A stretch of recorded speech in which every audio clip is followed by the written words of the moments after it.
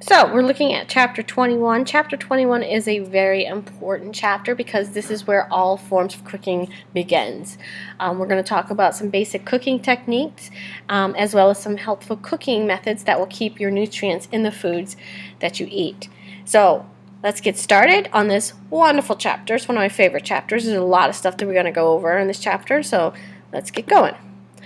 Cooking defined. Cooking is the transfer or movement of heat from a heat source to a food. It is what keeps human beings alive because our bodies can't process raw foods like raw animal proteins very well. So by cooking it, the enzymes in the proteins break down and it makes it for us to digest it a lot easier. So cooking is what is important for life, I would say. We are one of the only animals in the world, I think if probably the only animal in the world, that does cook our food. So that's a pretty interesting thing.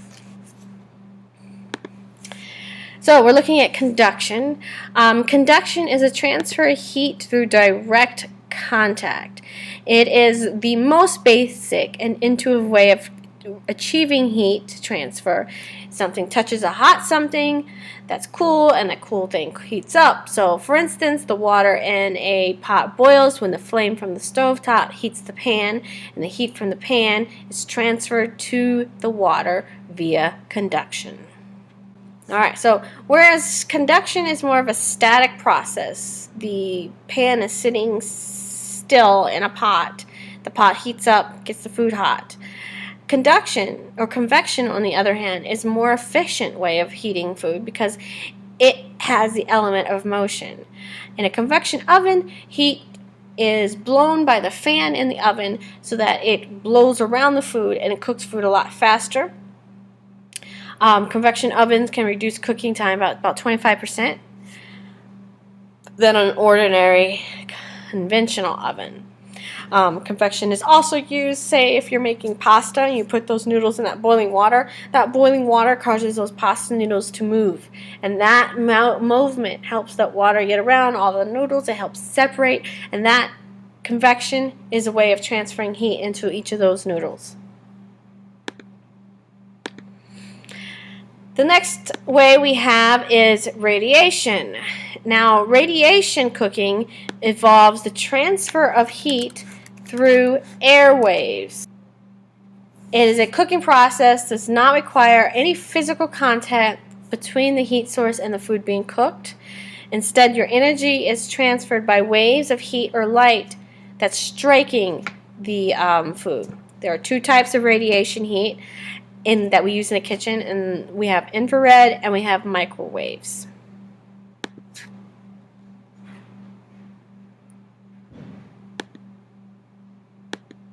Have you ever touched a hot pan and burned yourself?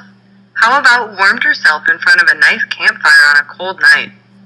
Ever notice that most of the time air vents in houses in the north are on the floor, while in the south they're on the ceiling?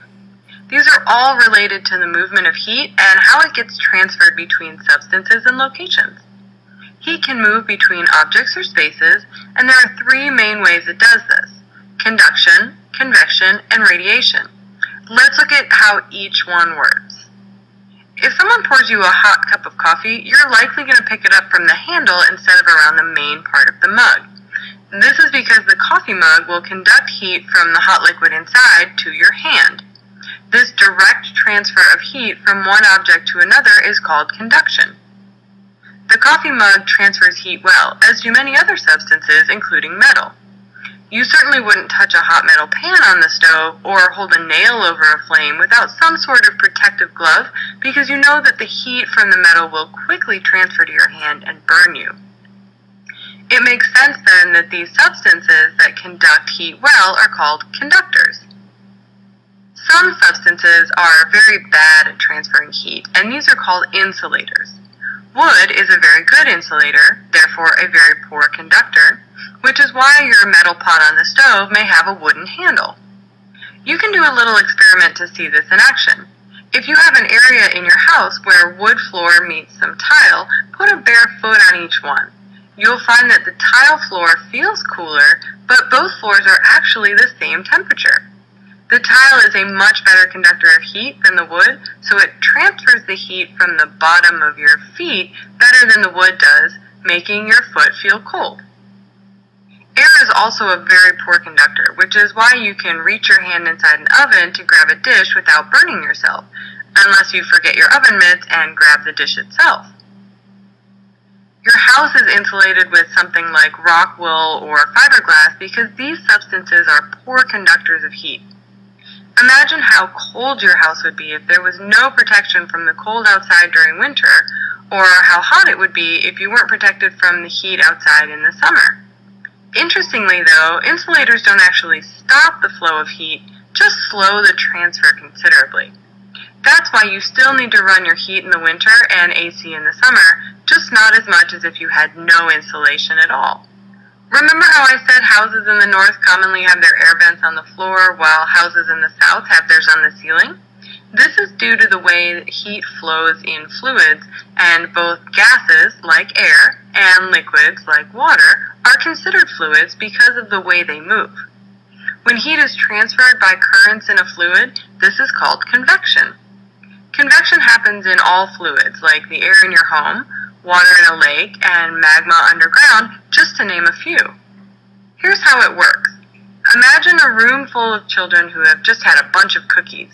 They become quite energetic and start running around the room. If you open the door and let them outside, they burst out and start running around the larger space, spreading out in the yard. And the same thing happens when a fluid is heated. The molecules at the bottom gain energy and begin to move faster. As they move faster, they begin to spread apart, which makes the fluid less dense. But instead of being confined to a yard, the fluid's warmer molecules begin to move upward while the cooler, denser fluid begins to sink, just like the children start settling down as their cookie rush subsides. Once the cooler molecules reach the bottom where the heat is, it's like they ate another cookie and get an increase in energy again. They rise back up to the top while the cooler molecules sink back down to the bottom.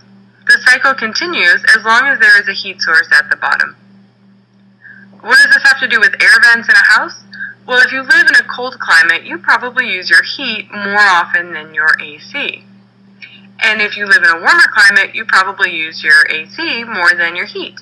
So if hot air rises and you use your heat more often, you'll want your vents on the floor so that hot air travels upward to fill the room as it comes out of the vents. The opposite is true for air conditioning.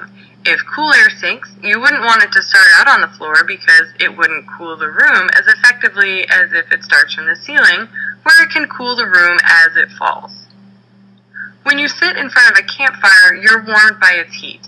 Hover your hand over a hot light bulb and you'll feel the heat coming off it, even without touching it. Stand out in the sunshine and you'll quickly get warmed by its rays. These examples illustrate our final mechanism of heat transfer, radiation. Radiation is when heat is transferred by electromagnetic waves like radio waves, infrared waves, X-rays, and even visible light. All objects both emit and absorb radiant energy, even you. Though, like everything else, some objects and substances are much better at this than others. Those that are good at emitting radiant energy, like the sun, are also very good at absorbing it. A radio antenna is designed to be a good absorber of radio waves, but that also means it's very good at emitting them. When it comes to radiant heat, much of what is produced on Earth comes from the Earth itself. It absorbs radiant energy from the sun and then emits it back towards space. This radiant energy emitted by the Earth is called terrestrial radiation, and it is what makes life possible. Like a big blanket, gases in the atmosphere trap terrestrial radiation on Earth and keep our planet nice and warm. What's really interesting is that unlike conduction and convection, radiation happens even when there is no material for the heat to travel through. The sun's rays travel through space to Earth, but since space is by definition empty, there's no point of contact like conduction or fluid like convection for the heat to travel through. The waves simply move heat through space just by, well, moving. Alright, so now we're down to the nitty gritty. We're going to look at some of the cooking techniques. So we have dry heat cooking. Dry heat methods include roasting, baking, broiling, and grilling. Basically what you're going to do is you're going to put a protein or a vegetable or whatever on a pan, and with very, very, very, very, very little fat. It would probably just be like a tab of butter, a little bit of teaspoon of oil so things don't stick, but you're going to cook it over a dry heat. So it's just the heat from the pan that cooks the food, or the heat from the grill that cooks the food. Grilling is the opposite of boiling because of the heat source comes from below instead of above. And then convection ovens circulate the air, which cooks food faster and more evenly than a traditional conventional oven. So in this classroom, in the far back over by the wall with the clock and the popcorn machine, that is a convection oven. When we put food in there, we do have to lower the temperature down just a tad bit, but you can hear the fan blowing the hot air around. Cooks food faster, makes our cookies cook up a little bit more evenly, and we don't have to rotate the pan. In your house and in the two kitchens, the black ovens are conventional ovens. Most recipes that you get from cookbooks and from boxes of food products, like a box of Hamburger Helper, that would use conventional oven temperatures. So convection ovens, not really found in a lot of houses, though nowadays they are starting to make newer ovens that do have a convection setting on it, but most of our kitchen appliances that we have are going to be a conventional. Now we have moist heat. Moist heat requires a longer cooking time because you are adding the protein to a liquid, and the liquid's going to heat up, and that liquid penetrates the meat or the protein or the vegetables or whatever, and it cooks the food. It involves adding steam or a liquid to help facilitate that. When you boil soup, you're using a moist cooking method. Many people steam vegetables in the microwave, and the steaming, which we'll talk about later, in the microwave actually helps retain some of the nutrients because you're using less water. And most of our vitamins are water soluble, meaning that water pulls those vitamins out. So by steaming it, you're using less liquid, and it will keep a lot more nutrients in your food. Another way of moist cooking is poach. You put an egg in a pot of simmering water, it cooks that egg through convection, and you have a poached egg. It's a little bit healthier than, say, a fried egg because you're not using any fat to cook it, but you're going to end up with the same type of texture. You're going to have a set white and maybe a runny yolk if you're going to fry an egg or poach an egg. You can poach things like fish, you can poach things like chicken, and the video that we'll watch in a little bit, you'll kind of see her poach some chicken. If you're poaching proteins, you don't want to boil it. We're not boiling it because that causes the proteins in the enzymes in the protein to kind of curl up and get really tough, and we don't want that. We want to just relax that meat, relax it, gently cook it. Simmering. Simmering is to heat a liquid to a temperature just below the boiling point where you have bubbles that are barely breaking the surface. Spaghetti sauce is an example. A nice good old-fashioned Italian family will have this big old pot of red sauce on the stove, and they will simmer that pot for hours and hours, and it'll reduce down, and it'll thicken, and it'll just get really, really good. So it's a slower cooking method than boiling because you're not having all that bubbles. So it's a slow cook.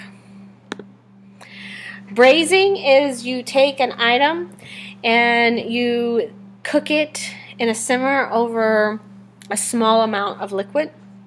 And you usually take that pot that you've braised that in and put it in the oven, and it'll kind of slowly cook it, and it'll still have the moistness of a poach, but it's not going to have that extra watered down flavor. You'll usually thicken up the sauce of the braise, and then you can use that, serve that with it as well.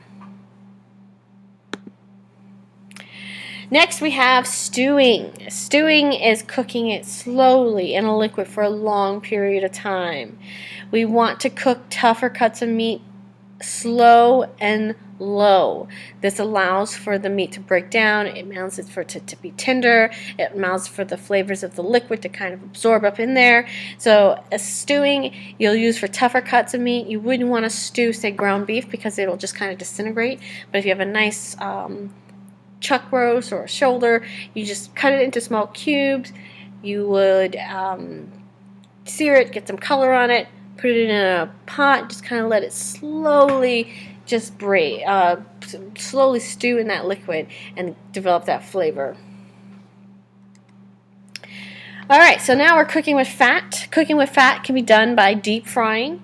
You cook food by completely covering it in fat. It's got to be completely submerged. We can also do a pan fry. It has a smaller amount of oil in the skillet, and you would just take a leaner or tender cut of meat. You will put it in the pan, and you will just slowly fry it. Then you would flip it over, because it's not going to be submerged. You will have half of it probably sticking up above the oil. Flip it over to cook the other side, and you'll cook it till it is completely cooked through. Cooking vegetables in a skillet with a little bit of olive oil or any other type of oil is healthier than to pan fry or to deep fry it. It's very similar to sauteing. Sometimes a saute is cooked over a high heat and you just kind of let it go. With a stir fry, you want to kind of stir it. You want to continually stir it. You want to shake the pan. You want to stir it. You cook those small pieces of food quickly at a very high heat and a small amount of fat. You want to stir the entire time. That's why it's called stir fry. You can cook with melted fats such as butter, shortening, or liquid fat. But just keep in mind, when you're cooking, there is something called the smoke point. If your pan starts to smoke or if your oil starts to smoke, you've hit that point where it's called the smoke point, and your oil will start to break down. You'll have that funky smell, and it just doesn't taste very good. You've burnt your oil. So you want to make sure that you're cooking with an oil that has a high smoke point. Cooking with butter, I believe the smoke point is about 250, but if you clarify that butter, you take out all those solids, so you have pure butter fat, it raises that smoke point another 100 degrees, so you're able to fry with butter, and it will not start to burn. If you ever had burnt butter is great. It's actually how you make butterscotch, but if you're making an egg, that flavor is not so good with eggs. So you want to make sure that you're using the correct oil. Olive oil has a very, very low smoke point. So you probably would not, especially extra virgin olive oil, you probably would not want to stir fry or to cook with that over high heat. That's more of a finishing with a salad or something like that. Deep frying, it produces foods that are high in saturated and trans fats, so just keep that in mind. It's not as healthy as cooking it, steaming it, or cooking it in stir fry.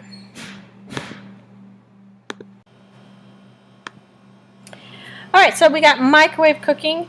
Using a microwave can cook foods up to 4 times faster than regular cooking methods.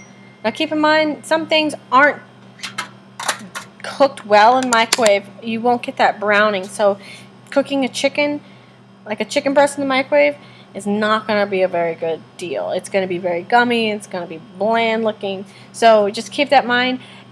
Microwave cooking can heat things up and cook things faster.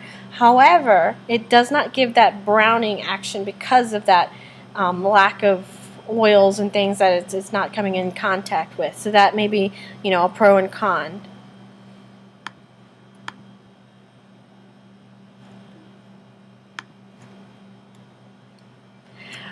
If you are cooking in a microwave, just remember, nothing metal, no metal pans, no forks, no aluminum foil, even plates that have like a gold inlay. Make sure you do not put it in a microwave. When microwaving, choose large rounded containers, and you also want to make sure that you pierce the food skin, so that it'll allow the steam to kind of escape from. Because if you don't, you could have something exploding in your microwave. Don't highly suggest it, but if you ever tried to microwave a whole egg in your microwave, you're going to end up with a microwave that's full of egg pieces because it will explode.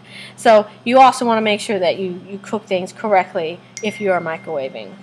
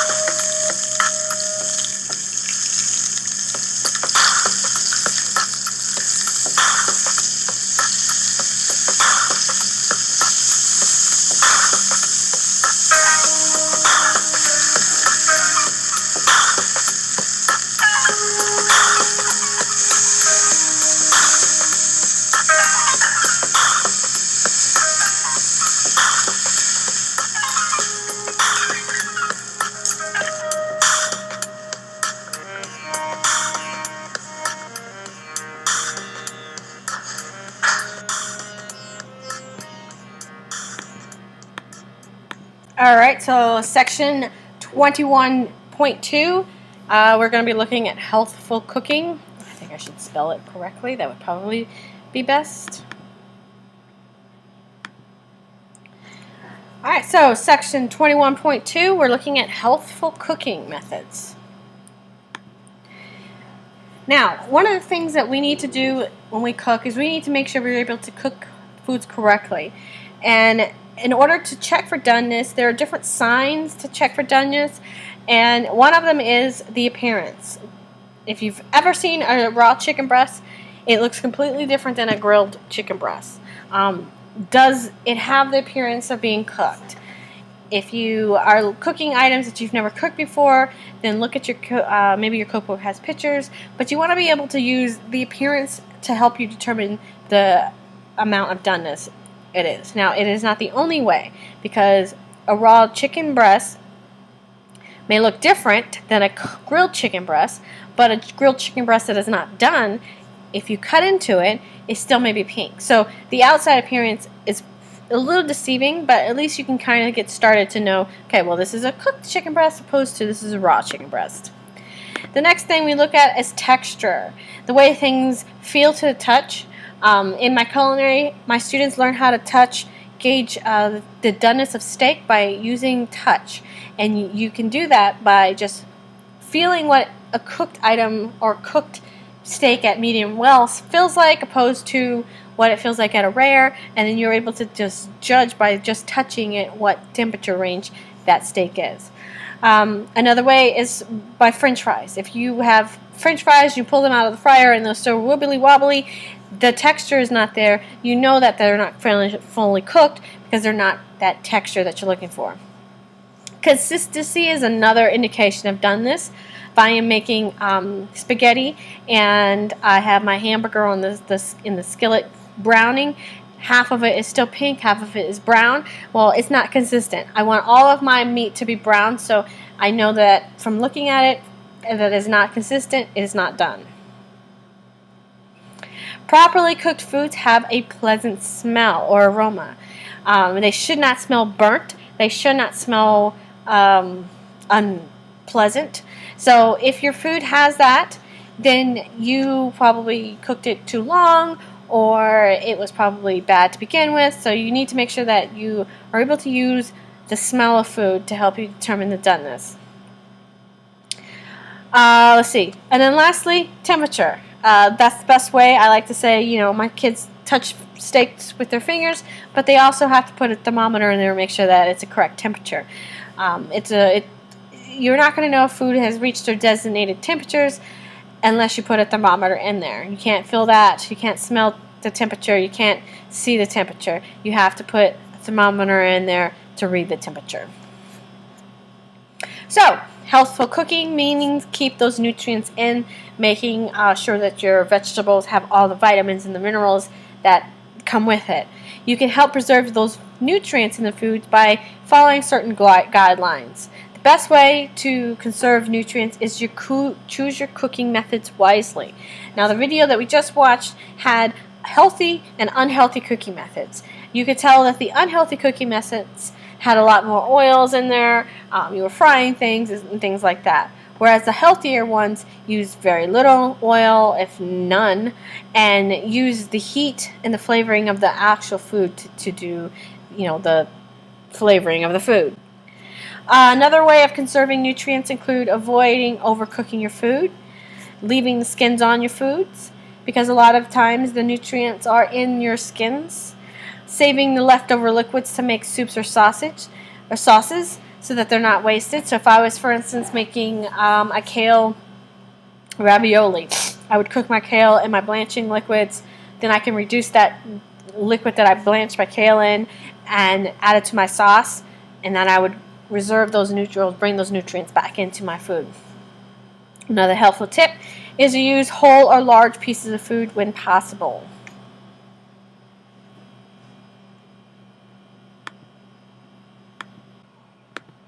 Everyone's all about eating healthy these days. What has more nutrients? Is this kale-free range?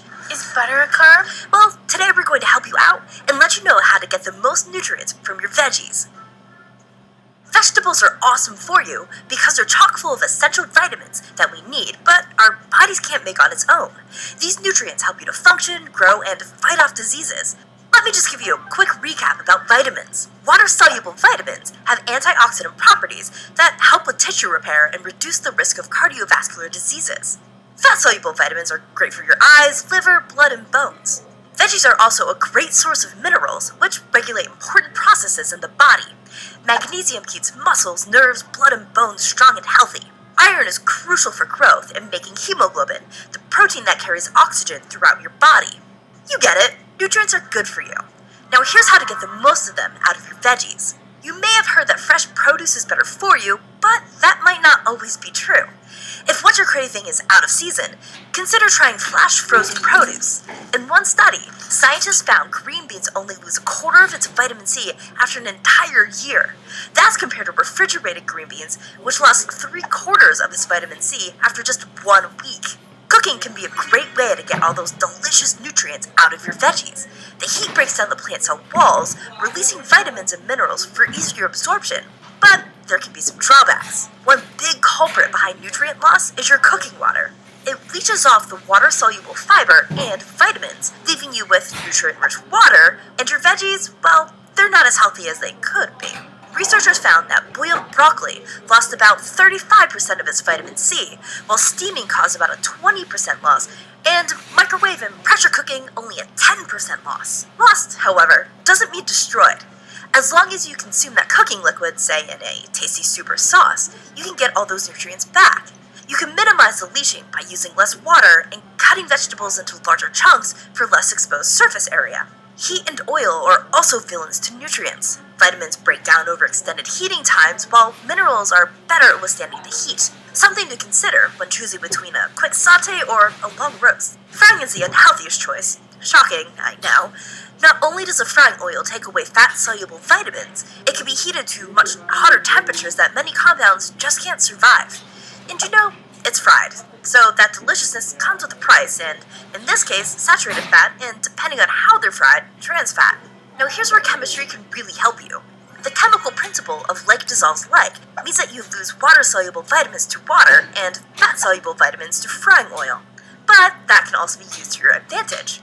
Eating vegetables with fat-soluble vitamins along with a little bit of good fat can help your body absorb the nutrients. A study found that eating salad along with avocados or oil-based dressings helps participants absorb way more of the healthy carotenoids as compared to plain salad. That's because when you grind up the salad with your teeth, the oily dressing is very happy to pick up the fat-soluble vitamins. Remember? Like dissolves like. That makes it easier to deliver those vitamins to your body. So if cooking makes vegetables lose nutrients, why not just eat them raw? Well, there are reasons for leaving foods intact. For example, carrot and potato peels are loaded with fiber. But it's not quite that simple. A 2008 study found that people who eat a completely raw diet had higher than normal levels of beta-carotene, an antioxidant that makes carrots orange and contributes to healthy skin and eyesight. But they had much lower levels of lycopene, an antioxidant that gives tomatoes their signature red color and has been linked to reduce risks of cancer and heart disease. That's because cooking with oil changes the lycopene into a more bent structure that is easier for your body to absorb. In other words, cooking gives you easier access to certain essential nutrients. So the next time you're actually cooking and not ordering takeout, use these tips to get the most nutrition along with taste out of your produce. What's your favorite vegetable and way to prepare it? I like spinach, ideally sauteed and drenched in olive oil, parmesan, and garlic, and more garlic. Never enough garlic. Let us know your favorites in the comments. And hey,